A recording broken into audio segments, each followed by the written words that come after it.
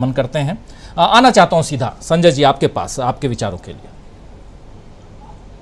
मैं इसको ऐसे देख रहा हूं कि बिल्कुल चुप हो जाना। मैंने जब प्रधानमंत्री बनने की बात थी, जब चुनाव लड़ रहे थे, तो इनका यही प्रचार किया गया कि बहुत अच्छा बोलते हैं, और मनमोहन सिंह को कहा जाता था कि वो बोलते नहीं है।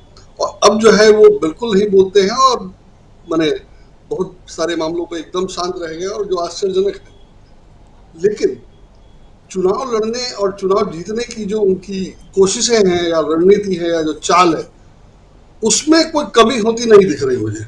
और जैसे हम लोग आज बात कर रहे हैं कि वो चारों तरफ से घिर गए, वो घिर जरूर गए, लेकिन उससे, और वो जो कर रहे हैं, बोल रहे हैं, उससे हम लोग ये अंदाजा लगाते हैं कि वो घबराहट में या परेशानी में है।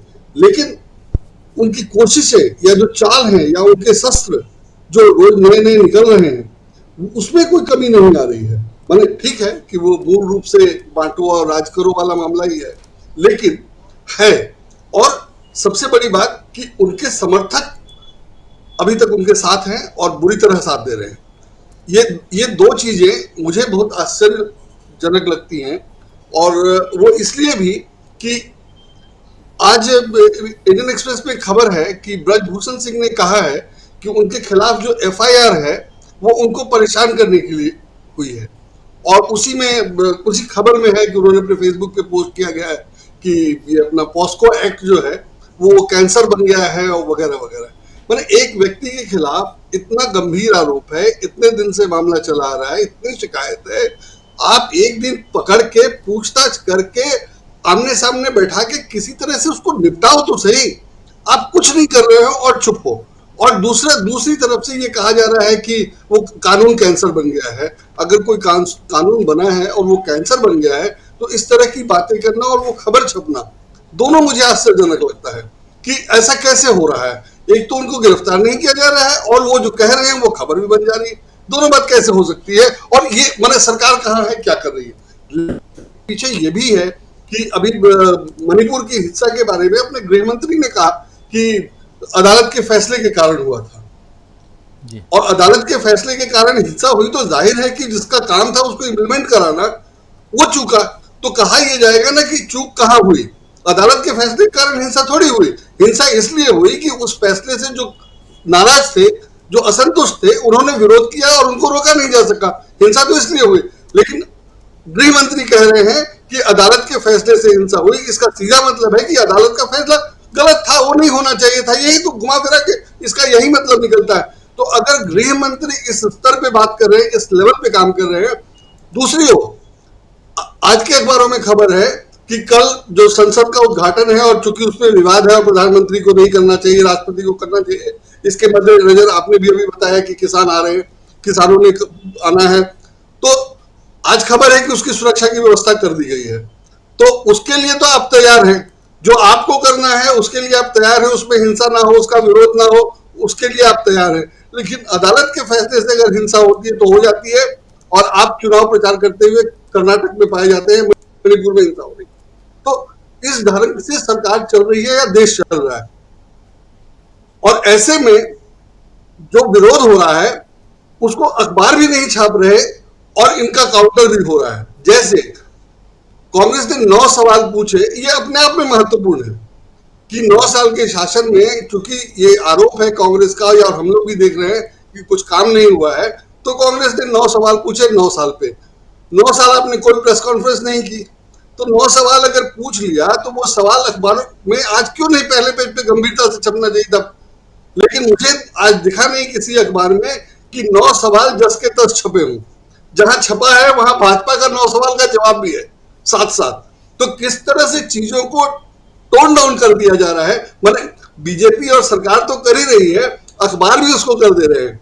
जैसे कांग्रेस और बीजेपी की 2 अलग अलग खबरें हैं, 2 अलग अलग रिपोर्टर करेंगे, दोनों की बीट अलग अलग होती है, आपने उसको मिलवा दिया। हिंदुस्तान टाइम्स में दोनों खबर मिला करके छापा गया है, और उसमें ऐसा लगता है, हम लोग को बताया गया था कि अगर आप इंट्रो लिखते हैं 2 खबरों को मिला करके तो कैसे दिखते हैं। उसमें लगता है कि सीनियर रिपोर्टर की बात ऊपर है और जूनियर रिपोर्टर की बात नीचे है। इस तरह से तो खबर लिखी जा रही है, और इस तरह से काम हो रहा है, और ये हिंदुस्तान टाइम्स में हो रहा है। तो जो स्थितियां हैं, अगर अभी तक नरेंद्र मोदी को मीडिया इस तरह से सपोर्ट कर रहा है, या उनका विरोध नहीं कर रहा है, तो इसमें आगे क्या होगा वो सोचने से पहले ये जरूरत है कि हम हैं कहां और हम क्या कुछ कर सकते हैं। ये सबसे बड़ी बात है और बहुत गंभीर बात है कि जो होना चाहिए वो बिल्कुल नहीं हो रहा है, उसका जो विरोध होना चाहिए उसको बिल्कुल हवा कर दिया जा रहा है और सब कुछ संभव है। राजीव जी जी बिल्कुल बिल्कुल। जो कोई दो राय नहीं है कि पीएम भाजपा संघ परिवार पूरी तरह एक्सपोज हो चुके हैं, लेकिन मेरा मानना है कि क्या वो इससे प्रभावित है। मुझे लगता है कि ये सब कुछ जानबूझकर किया जा रहा है और बाकायदा प्लान्ड है। मतलब नरेंद्र मोदी को एक डिक्टेटर की तरह बाकायदा पोजीशन किया गया। ऐसा नहीं लगता, अब तो ऐसा लगता है, पहले नहीं लगता था। पहले वो लगता था कि आदतन वो झूठ बोलते हैं या कुछ झूठ बोल जाते हैं, लेकिन अब तो लगता है कि वो सब प्लान्ड था। किसी तरह सत्ता हथियाओ, फिर हिंदुत्व को लागू करो और फिर 370 हटाओ और हिंदू राष्ट्र की स्थापना करो। ये अगर लक्ष्य है तो नरेंद्र मोदी जैसा व्यक्ति ही पूरा कर सकता है, वो कोई डेमोक्रेटिक आदमी नहीं कर सकता है, जो अटल बिहारी वाजपेयी से नहीं हुआ और पहले की विपक्षी सरकारों से नहीं हुआ। तो उसके लिए नरेंद्र मोदी को लाया गया या नरेंद्र मोदी का साथ दिया गया और आंख मूंद कर 9 साल से साथ दिया जा रहा है, जबकि वो कोई काम नहीं कर रहे हैं। सरकार चलाना या प्रशासन चलाना जैसा तो कोई काम उन्होंने किया ही नहीं। उसमें नोटबंदी की आजादी उनको दी गई, जीएसटी लागू करने की आजादी उनको दी गई, मतलब संघ परिवार ने दी। मैं संघ परिवार की बात कर रहा हूं, संघ परिवार ने दी और वो उन्होंने सब जैसे चाहा वैसे किया और जितना गड़बड़ हुआ उसमें, जितनी खामियां हो सकती थी, उस पर कोई सवाल उनसे नहीं पूछा गया। देश पूछ रहा है वो अलग बात है, लेकिन संघ परिवार क्यों नहीं पूछ रहा है? आखिर तो उनका गार्जियन संघ परिवार ही है, जो जिसके जिसके संरक्षण में या जिसके कारण वो इतने बड़े या इतने पॉपुलर हो पाए। तो अगर उनको संघ परिवार ने ऐसा बनाया है तो मुझे लगता है कि वो ये चाहता है, भले हम कहें कि एक्सपोज हो गया, एक्सपोज तो हो गया, लेकिन 370 हटा दिया, 370 हटा दिया और 370 हटाने की जो दिक्कतें हैं या जो प्रक्रिया है उसमें क्या हुआ, उसका तो पालन ही नहीं हुआ। और कश्मीर में अभी तक चुनाव नहीं हुआ, चुनाव की बात नहीं है, चुनाव की स्थिति नहीं है, और जबरदस्ती ये कहा जाता है कि कश्मीर में कुछ बेहतर हुआ। 370 हटाने से कुछ बेहतर तो नहीं हुआ है। अगर स्थिति खराब नहीं हुई है तो बेहतर तो नहीं हुआ है, लेकिन प्रचारित देखिए कि क्या किया जा रहा है कि बहुत अच्छा हुआ है। जहां तक सरकार चलाने की बात है उसमें तो जैसा अभी प्रसाद जी ने कहा और श्रवण गर्ग जी ने कहा, वो सब तो कुछ हुआ, सरकार जैसे चलती है वैसे होता ही नहीं। मतलब विदेश से आने के बाद प्रधानमंत्री विदेश गए थे, लौट वहां क्या करके आए, किससे मिले, क्या भाषण किया, क्या काम किया, कहां भाषण हुआ, वो सब तो कोई खबर ही नहीं है, ना अखबारों में छपी, ना किसी ने पूछा, ना किसी ने बताया।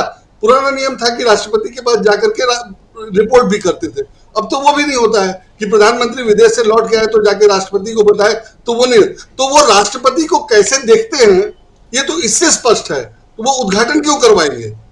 राष्ट्रपति का एक पद होता है, इसलिए वो पद है और उस पर किसी की नियुक्ति होनी चाहिए, तो एक नियुक्ति हो गई जिसका उन्होंने राजनीतिक लाभ भी लिया कि हमने आदिवासी को बैठा दिया, महिला को बैठा दिया वगैरह, और ये सब संघ परिवार के नेतृत्व में संरक्षण में देखने में हुआ। तो इसलिए वो जिस ढंग से काम कर रहे हैं और जिसको संघ परिवार का पूरा समर्थन है, वो यही है कि तुम जो कर रहे हो वो ठीक है और करे जाओ। उससे अगर ये 2024 जीत गए तो वो कंटिन्यू करेगा, नहीं तो जितना हुआ है वो कम नहीं है। दिल्ली में 2 कार्यालय बना लेना ही कम नहीं है, बीजेपी के पास जो पैसा आया, जो चंदा इकट्ठा हुआ वो कम नहीं है। तो जो हो गया नरेंद्र मोदी के जरिए या नरेंद्र मोदी के कारण और जो कुछ बदला जा चुका, अगर उसको 2024 के बाद वापस नहीं किया गया या जितना खराब हुआ है उसको नहीं सुधारा जा सका और 2024 के बाद ये दूसरी सरकार बन गई, तो भी वो क्या पुरानी स्थिति ला सकेगी और जितना खराब हुआ है उसको कंपनसेट कर सकेगी? मुझे नहीं लगता है कि नहीं किया। तो बीजेपी या संघ परिवार तो अपने लक्ष्य में आगे बढ़ी रहे और वो कामयाब है। उसमें देखना ही है कि उनको सरकार चलाना था कि नहीं, या अच्छा एडमिनिस्ट्रेशन देना था कि नहीं था। हम लोग ये समझते हैं कि वो अच्छा एडमिनिस्ट्रेशन दे करके अगला चुनाव जीतने की कोशिश करेगी, लेकिन अब लग रहा है कि वो बांट करके 1947 की स्थितियां ला करके सेंगोल के जरिए, राजदंड के जरिए, या ये निंदा करके कि सेंगोल को चलने वाला स्टिक मान के रख दिया गया था, वो इतनी महत्वपूर्ण चीज थी, भारतीय संस्कृति की चिंता नहीं की, भारतीय संस्कृति की रक्षा नहीं की और उसको रख दिया था, हम उसको स्थापित कर रहे हैं। तो जो आपको करना है वो आप सब किए जा रहे हैं, और उसमें संसद भवन बनाना ही से शुरू कर दीजिए, उसकी ही जरूरत नहीं थी।